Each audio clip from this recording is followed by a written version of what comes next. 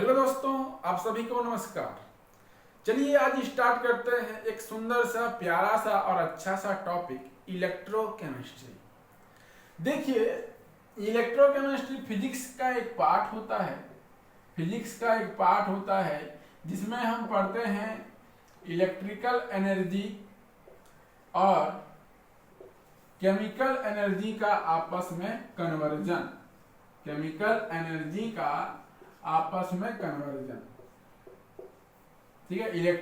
अर्थात electrical energy किस प्रकार से केमिकल एनर्जी में परिवर्तित होती है और केमिकल एनर्जी किस प्रकार से इलेक्ट्रिकल एनर्जी में परिवर्तित होती है।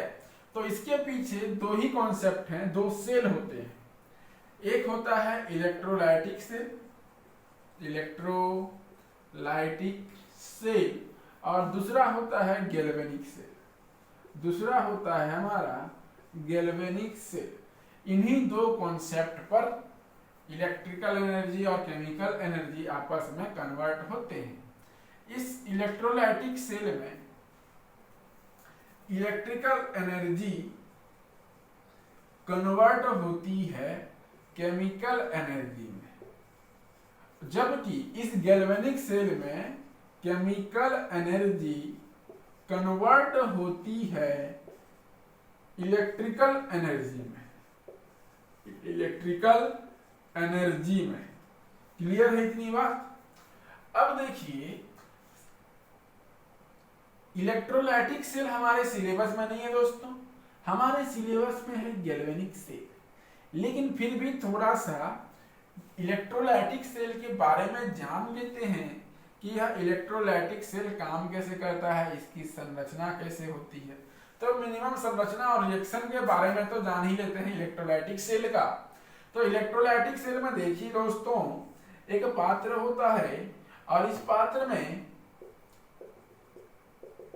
विद्युत अपघट्य होता है। जैसे मैंने ले लिया यहाँ पर सोडियम क्लोराइड, और यहाँ पर दो धातु के इलेक्ट्रोड लगे हुए होते हैं।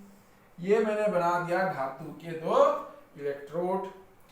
अब देखिए, ये धातु के दो इलेक्ट्रोड में जनरली यहाँ पर होता है पॉजिटिव चार्ज और ये काम करता है एनोड की तरह। यहाँ पर होता है हमारा नेगेटिव चार्ज और ये काम करता है कैथोड की तरह। कैथोड की तरह काम करता है। अब यहाँ पर सोडियम क्लोराइड विद्युत अपघट्य है, तो जनरली ये जो विलयन है, इस विलयन में सोडियम प्लस और क्लोरीन माइनस के आयन पाए जाएंगे, है ना। अब हम क्या करेंगे, दोनों जो इलेक्ट्रोड है उसको हम जोड़ देंगे बैटरी की सहायता से। ये हमने बैटरी की सहायता से जोड़ दिया, मतलब एक्सटर्नल करंट अप्लाई किया। जैसे ही मैंने इस इलेक्ट्रोलाइटिक सेल में एक्सटर्नल करंट अप्लाई किया, बैटरी से विद्युत धारा प्रवाहित की, तो यहाँ पर कौन सा रिएक्शन होता है देख लीजिए। एनोड जो है, एनोड में जनरली ऑक्सीडेशन की क्रिया होती है यहाँ पर, और ऑक्सीडेशन की क्रिया के फलस्वरूप यहाँ पर generally twice Cl minus electron को क्या करता है, त्याग करता है और Cl2 में आ जाता है। दो इलेक्ट्रॉन को त्याग करके क्लोरीन में आ जाता है। सिमिलरली जो कैथोड में अभिक्रिया होती है वो होती है, सोडियम जो है वो इलेक्ट्रॉन को ग्रहण करता है और यह जो है सोडियम धातु में परिवर्तित हो जाता है। तो ये जो जनरली है इलेक्ट्रोलाइटिक सेल है, इलेक्ट्रोलाइटिक सेल की ये डायग्राम है, इसकी संरचना है, और ये इसके केमिकल रिएक्शन है, एनोड तथा कैथोड में होने वाली केमिकल रिएक्शन। तो इलेक्ट्रोलाइटिक सेल के बारे में हमें अधिक पढ़ना तो नहीं है, इसलिए थोड़ी सी जानकारी हमने ले ली। अब हम पढ़ेंगे गैल्वेनिक सेल के बारे में। इसको मैं मिटाता हूं यहाँ पर। तो इलेक्ट्रोलाइटिक सेल हमारे सिलेबस में नहीं है, ध्यान रखिएगा। जो मोस्ट इंपोर्टेंट है हमारे सिलेबस में वो है गैल्वेनिक सेल। गैल्वेनिक सेल यदि आप जान गए, इसकी क्रियाविधि को समझ गए, तो बहुत कुछ आप समझ गए। तो देखिए, गैल्वेनिक से हेडिंग डालते हैं हम लोग इलेक्ट्रोकेमिस्ट्री में। पहला जो इंपॉर्टेंट टॉपिक है उसका नाम है गैल्वेनिक सेल। गैल्वेनिक सेल को हम लोग वोल्टीय सेल भी कहते हैं, और वोल्टी सेल या इलेक्ट्रोकेमिकल सेल भी हम लोग कहते हैं। चलिए इसके बारे में हम लोग पढ़ते हैं, गैल्वेनिक सेल के बारे में। सबसे पहले हम संरचना जानते हैं कि इसकी संरचना होती कैसी है। तो देखिए इसमें दो पात्र होते हैं, ये हो गया हमारा पहला पात्र और ये हो गया हमारा दूसरा पात्र। पहले पात्र में जिंक सल्फेट का विलयन उपस्थित होता है और जिंक सल्फेट के विलयन में जिंक का रॉड उपस्थित होता है। यह है हमारा जिंक सल्फेट का विलयन जो कि 1 मोलर का होता है और यह हमारा जिंक का रॉड। इस रॉड में होता है नेगेटिव चार्ज और यह काम करता है एनोड की तरह। सिमिलरली दूसरे पात्र में होता है कॉपर सल्फेट का विलयन और साथ में कॉपर का रॉड लगा हुआ रहता है। ये हमारा है कॉपर सल्फेट का विलयन 1 मोलर का और साथ ही साथ ये है हमारा कॉपर का इलेक्ट्रोड। इसमें होता है पॉजिटिव चार्ज और ये काम करता है कैथोड की तरह। दोनों पात्र को जोड़ने का काम करता है यू आकार की नली। यहाँ पर यू आकार की नली होती है। मैंने यू आकार की नली बना दी जिसमें KCl, KNO3 या कुछ अन्य विद्युत अपघट्य पाए जाते हैं इस यू आकार की नली में, जिसे हम लवण सेतु साल्ट ब्रिज के नाम से जानते हैं। अब हम क्या करेंगे, इन दोनों इलेक्ट्रोड को तार की सहायता से जोड़ देंगे। ये तो हुई इसकी सामान्य संरचना। इस सामान्य संरचना को एक बार मैं पुनः रिपीट कर रहा हूं, बड़े ही ध्यान से सुनिएगा। गैल्वेनिक सेल की संरचना में 2 पात्र होते हैं। एक पात्र में जिंक सल्फेट के विलयन में जिंक का रॉड उपस्थित होता है जिसमें नेगेटिव चार्ज होता है और एनोड की तरह काम करता है। दूसरा पात्र में होता है कॉपर सल्फेट का विलयन जिसमें कॉपर का रॉड होता है जिसमें पॉजिटिव चार्ज होता है, कैथोड की तरह वह काम करता है। और दोनों पात्र को जोड़ने का काम करता है यू आकार की नली, जिसे लवण सेतु या साल्ट ब्रिज के नाम से भी जाना जाता है। इसमें KCl विलयन या KNO3 विलयन भरा हुआ होता है। अब हम क्या करेंगे, संरचना पढ़ने के बाद इसका केमिकल रिएक्शन पढ़ते हैं, कैसे इसमें केमिकल रिएक्शन होता है और केमिकल रिएक्शन के फलस्वरूप विद्युत धारा का प्रवाह होता है। तो देखेंगे दोनों इलेक्ट्रोडों को जब हम तार की सहायता से जोड़ते हैं तो इलेक्ट्रॉन का गमन होता है इधर से इधर, माइनस से प्लस की ओर इलेक्ट्रॉन का गमन होता है। जैसे ही विद्युत धारा प्रवाहित करते हैं इस एनोड में ऑक्सीडेशन की क्रिया होती है, ऑक्सीकरण की क्रिया होती है। और ये जो जिंक जो है यहाँ पर 2 इलेक्ट्रॉन का त्याग करता है और जिंक 2+ में परिवर्तित हो जाता है। ठीक है, उसी प्रकार से जब मैं कैथोड की बात करूंगा, यहां पर होता है रिडक्शन, अपचयन की क्रिया होती है। रिडक्शन मतलब अपचयन की क्रिया होती है और यहाँ पर कॉपर 2+ जो कि एक्वस अवस्था में था वो 2 इलेक्ट्रॉन को ग्रहण करता है और कॉपर सॉलिड अवस्था में आ जाता है। ठीक है, क्या हुआ ध्यान से सुनेंगे।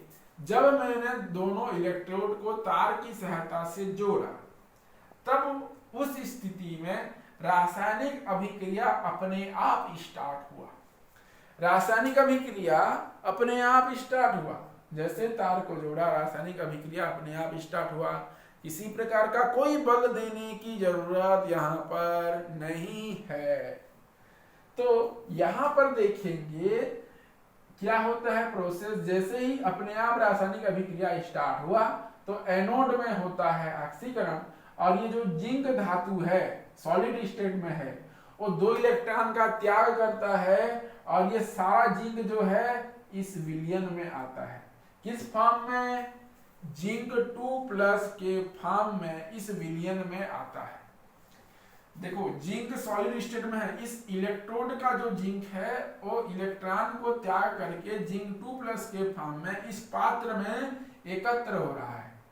ये इलेक्ट्रॉन चल के आएगा इधर, इधर से आएगा कॉपर इलेक्ट्रोड में, इलेक्ट्रोड से ये आएगा यहाँ पर कॉपर 2+ का विलयन है। ये इलेक्ट्रॉन को कॉपर 2+ आयन ग्रहण करता है और ग्रहण करके कॉपर सॉलिड में आ जाता है, अर्थात यहाँ का जो कॉपर 2+ आयन है वो इलेक्ट्रॉन ग्रहण करके इसमें डिपॉजिट होता है, इसमें डिपॉजिट होता है। और इसी को यदि आप संपूर्ण सेल रिएक्शन लिखेंगे तो आप लिख सकते हैं zinc solid plus copper 2+ aqueous equal to copper solid plus zinc 2+ zinc 2+ aqueous अवस्था में। ये हो गया संपूर्ण सेल रिएक्शन, संपूर्ण सेल अभिक्रिया, संपूर्ण सेल अभिक्रिया कहते हैं। ये तो हुआ केमिकल रिएक्शन की बात। केमिकल रिएक्शन तो आपको समझ में आ गया होगा।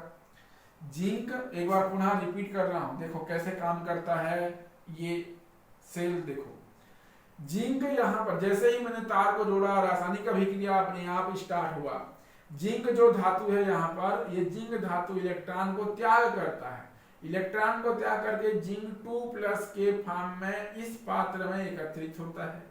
इस त्यागे गए इलेक्ट्रॉन जो है यह कॉपर इलेक्ट्रोड की सहायता से इस विलयन में आता है। विलयन में उपस्थित है कॉपर 2+ आयन जो इलेक्ट्रॉन को ग्रहण करके डिपॉजिट होता है इस कॉपर इलेक्ट्रोड में, डिपॉजिट हो जाता है। और संपूर्ण सेल अभिक्रिया इस प्रकार से आप लिख सकते हैं।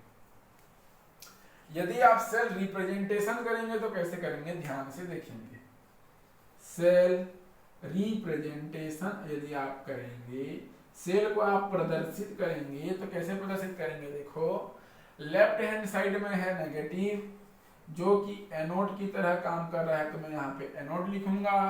और जिंक जो है सॉलिड से किस में जा रहा है, जिंक 2+ में जा रहा है एक्वस स्थिति में, तो उसी को मैं लिखूंगा 1 मोलर, साथ ही साथ यहाँ पर इसकी सांद्रता को लिख दूंगा। डबल स्लैश करेंगे, डबल स्लैश के बाद राइट हैंड साइड में क्या हो रहा है, राइट हैंड साइड में कॉपर 2+ कॉपर में बदल रहा है सॉलिड, और ये हमारा एक्वस। ठीक है, तो इस प्रकार से आप लिख सकते हैं।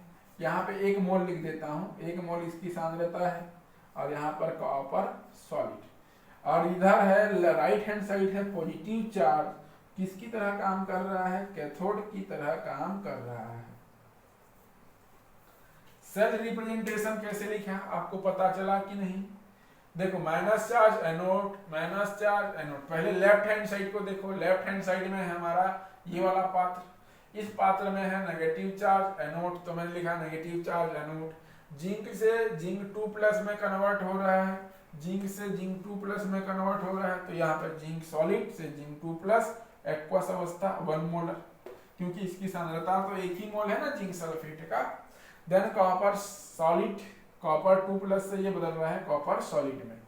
ठीक है, सेल अभिक्रिया याद रहे, एग्जाम में जब भी आएगा गैल्वेनिक सेल डायग्राम बनाना जरूरी है, केमिकल रिएक्शन लिखना जरूरी है, एनोड में क्या हो रहा है, कैथोड में कौन सा रिएक्शन हो रहा है, साथ ही साथ संपूर्ण सेल अभिक्रिया आप लिखेंगे, और ये सेल रिप्रेजेंटेशन को लिखना जरूरी है।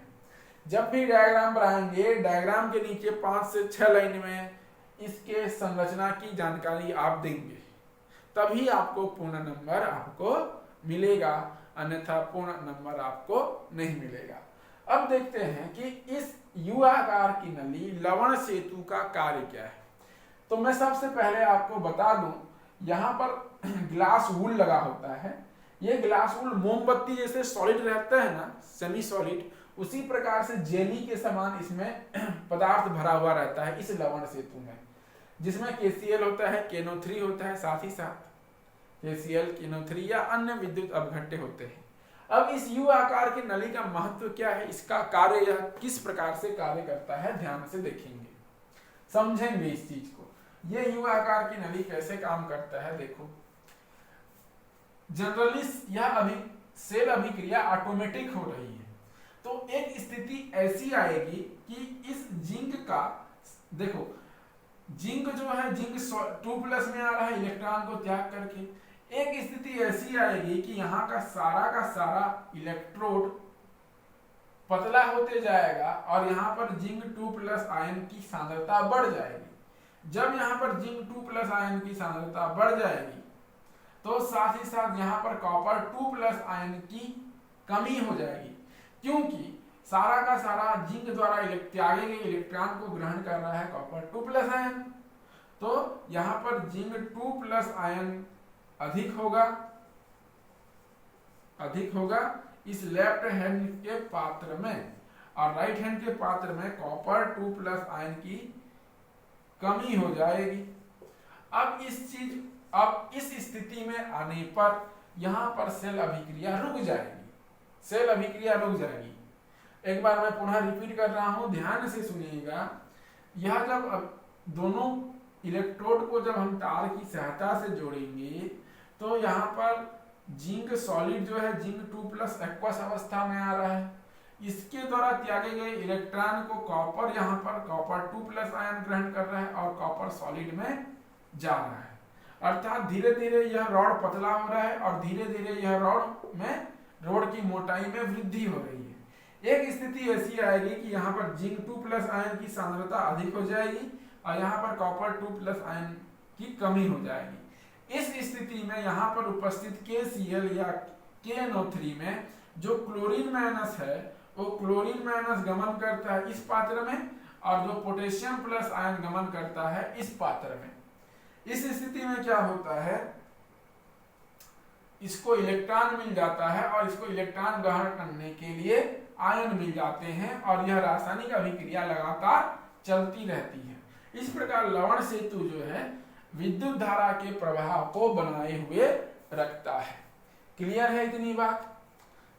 तो आई होप ये गैल्वेनिक सेल का जो क्रिया विधि है, यहाँ का जो केमिकल रिएक्शन है, आपको समझ में आया होगा।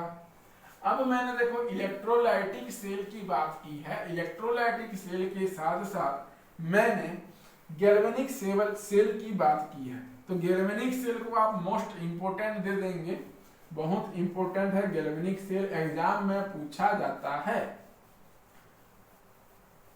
अब हम यहां पर बताएंगे कि electrolytic cell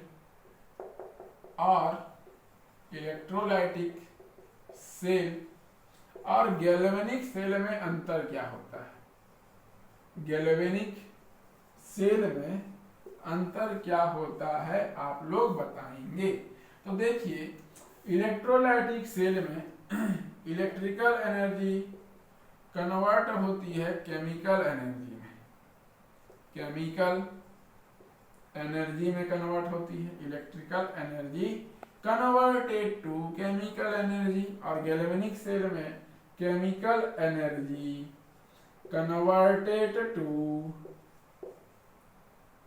electrical energy, electrical energy.